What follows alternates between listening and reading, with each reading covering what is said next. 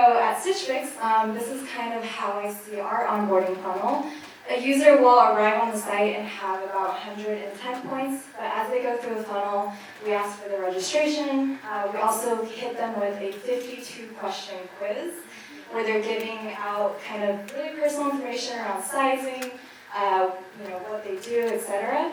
And then they go into the more transactional portion of the funnel, where we're asking for their shipping address, as well as payment information. And so what my team tries to do is basically optimize this flow to increase intent points through trust-building interventions or delight. And today I'm going to talk to you about 5 of those interventions that we've tried. The first is an experiment we ran on the landing page. We basically switched out the models in this module to be much more inclusive of diverse body shapes and sizes, namely maternity and plus size.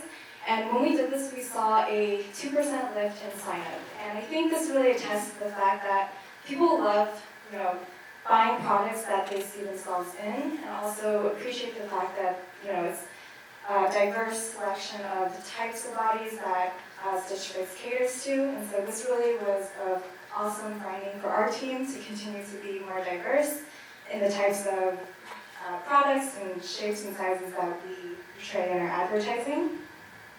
The second intervention is on registration. So contrary to common sense, actually adding friction prior to registering a user increased our sign-up lift by 2%. And so we just asked really simple, delightful questions around shopping behavior. And this actually kind of greased the funnel to get people to commit and actually give us their email. And I think this taught us 2 things. The first is that people love talking about themselves. And second, there's something psychological about kind of like getting started in a process and wanting to finish it. And so I kind of advise you guys to try testing this out in the products that you'll receive. The third intervention was really on the style profile. So this is a huge quiz. I literally couldn't even fit the style section in the viewport. Each section has around 20 questions, and the style section specifically is just humongous. And so my team worked on this complete redesign of the profile over a span of 6 months. What we did was basically optimize the UI to be 3 things. The first, mobile first. So just bigger touch targets, like faster latency between the pages. We also transitioned to a page-by-page UI, so basically having 1 question per page. And then we also made the experience highly visual by adding iconography and photography. And this led to a 15% lift in style profile completion rate. The fourth intervention happens right after the quiz, so this is a moment where the user has completed the quiz, and it's a moment to really celebrate that accomplishment. We also saw in a lot of user studies that people were super confused in terms of what happens next.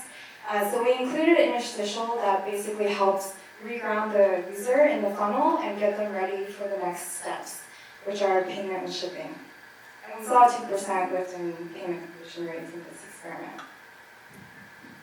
Lastly, this might be an exciting one for you guys who are on Hinge and Tinder. We are currently testing a sort of Tinder for close experience in our landing page for signed up but not converted users. So essentially, you'll give us data points. These data points inform the algorithms that personalize your fix. This is a way for us to really kind of re-engage the user, get them kind of excited, and hopefully that means higher conversion later on in the funnel.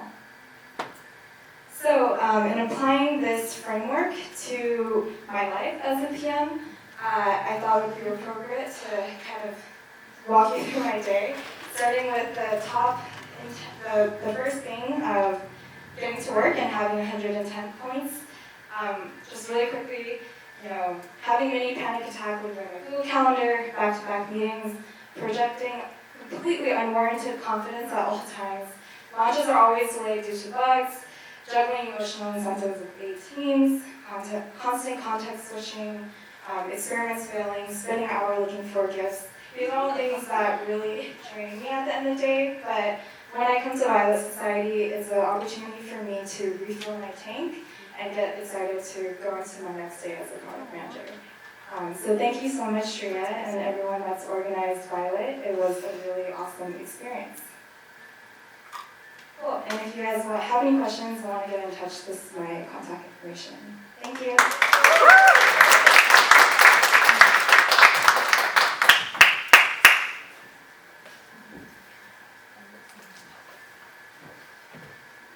Hi everyone, I'm Charlene, and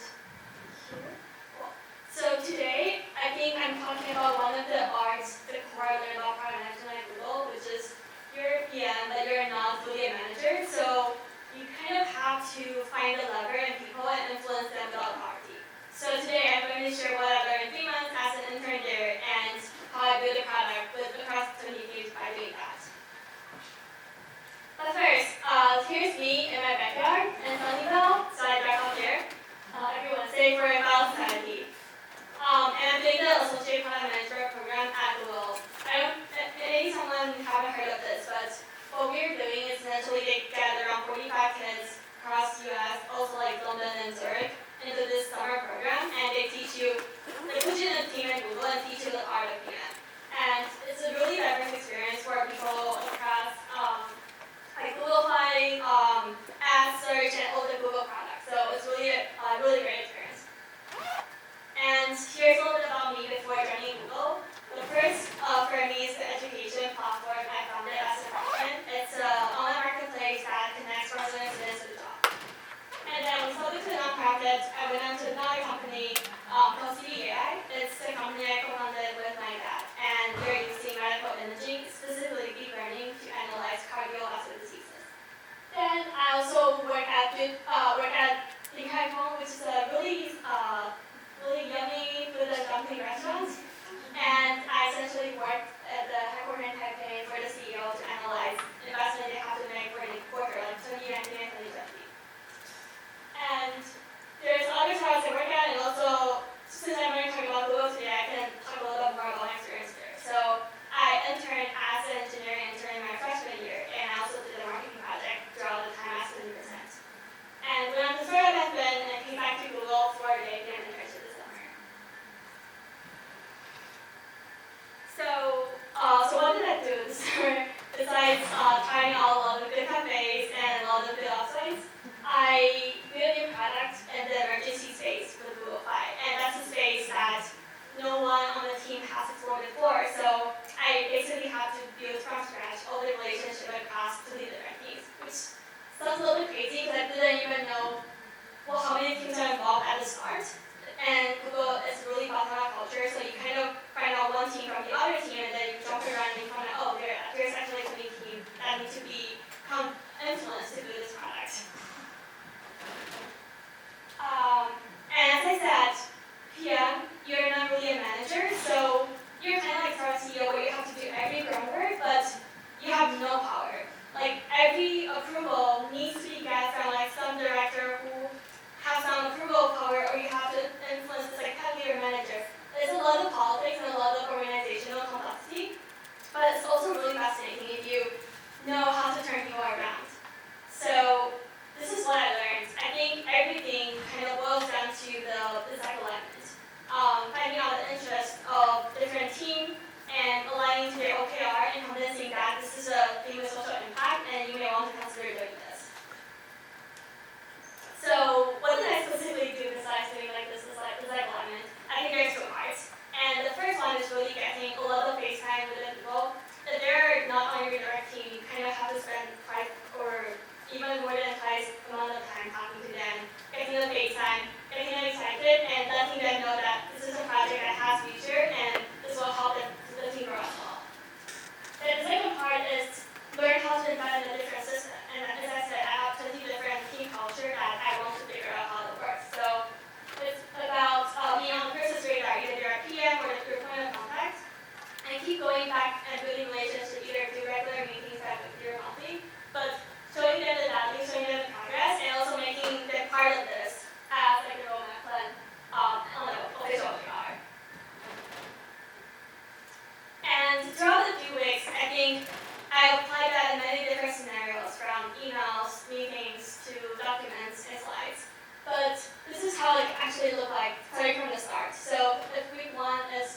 start, I spend maybe the week 1 to week 8 trying to know what's on their plate, like exploring all the features that anyone could think of, be really creative, be really big, because Google is resourceful, and we should leverage that. And then it's around week 8, I'm looking at the timeline, knowing that, oh, I don't have time to launch it, so I probably should nail down real fast. So I essentially kind of developed my priority framework, ruthlessly prioritize every feature that is not necessary or core to the product, and not really, find the OKR to make sure that we can deliver something by the end of the quarter.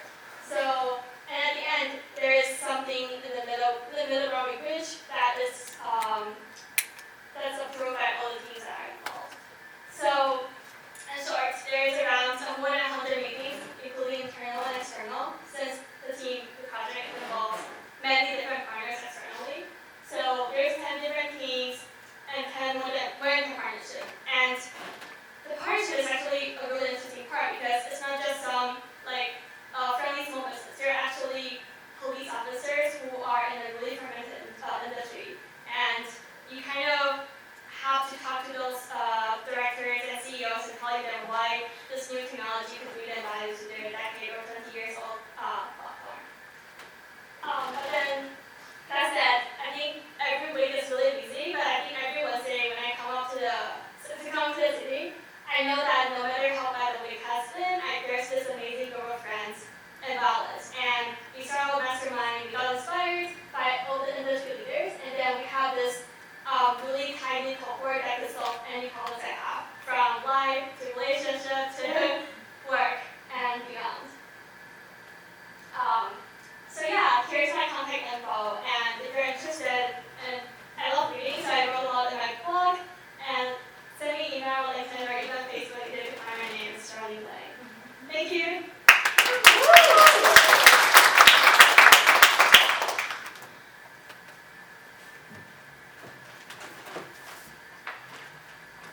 Thank you guys for putting our photos in your slides. They're so warming. All right. So I today have potentially 5 tactics for becoming unstoppable. This is a word that I described myself as in the last couple months when I was doing some recruiting. So hopefully this is a couple tactics, or 5, for how to land a job that you actually like. So first off, before I get started, my name's Akshita. The things on the left side are actual descriptors that are on my resume. They are subtitles to the roles that I held. I highly recommend that you start the trend. Give yourself punchy, memorable conversation starters as things that you basically were in your previous companies.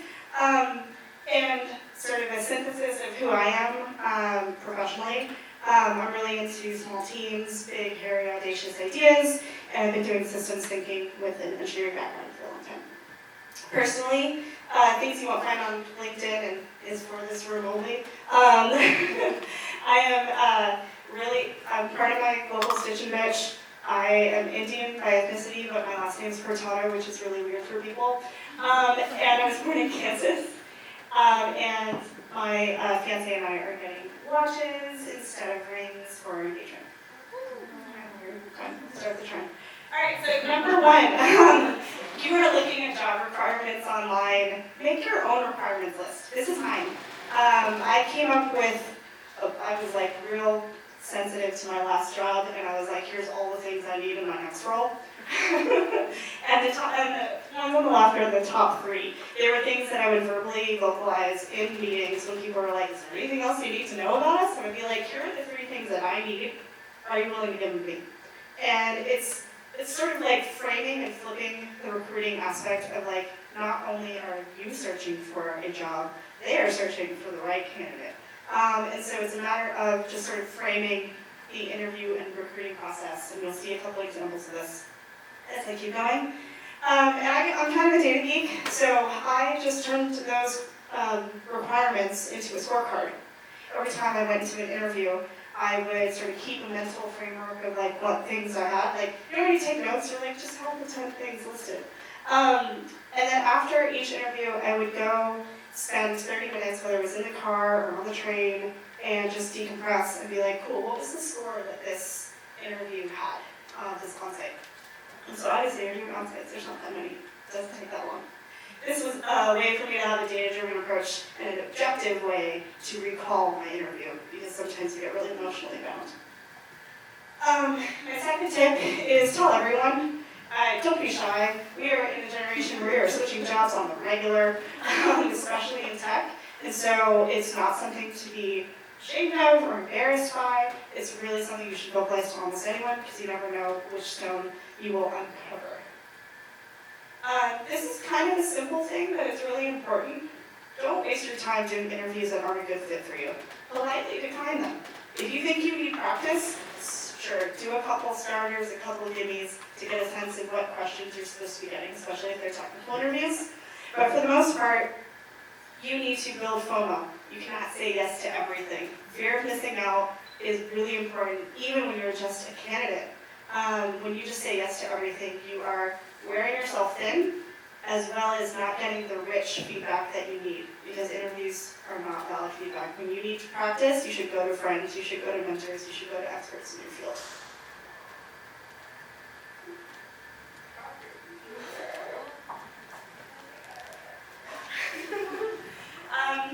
The next tip, almost last one, is keep it classy. You'd be surprised. I've been on the recruiting manager side.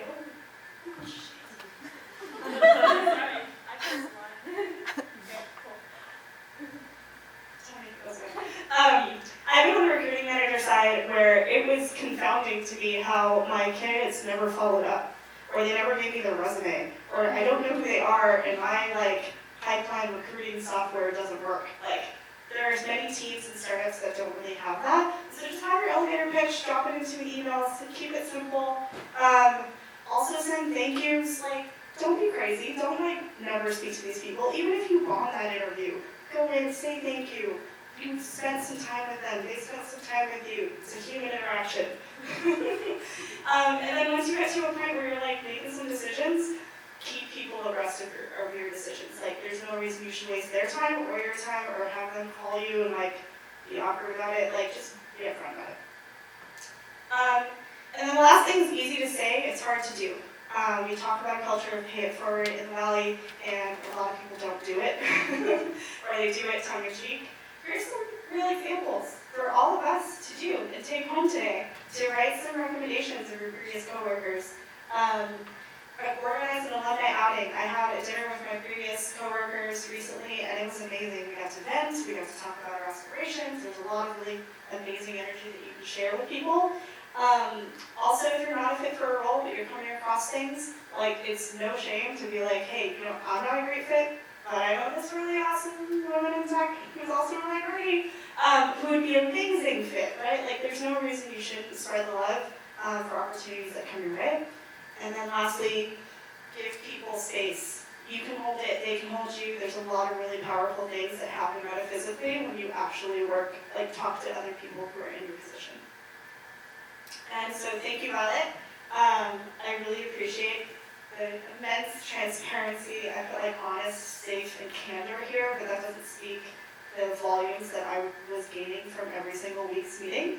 And I think the hot tip is that if you join the cohort, the knowledge sharing is kind of epic because you get to record all your things on Facebook. It's amazing. Thank you.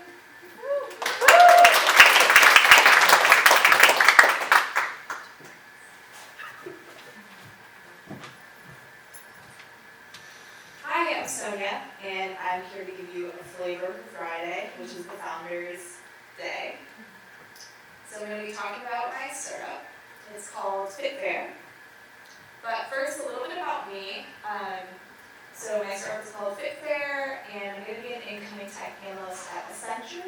I went to UC Berkeley for undergrad. I went off to Germany to pursue a master's in renewable energy engineering, and then did a software engineering boot camp. That photo is actually taken from the White House in the West Wing at the press pool 2 days before the 2016 election, because I was an intern on environmental policy over there. And now we're here. I wonder why. So I'm passionate about public service and transforming communities with technology. You'll see a lot of that perspective in my app. So what is FitFair? FitFair is an app that uses data from your wearables and it rewards you for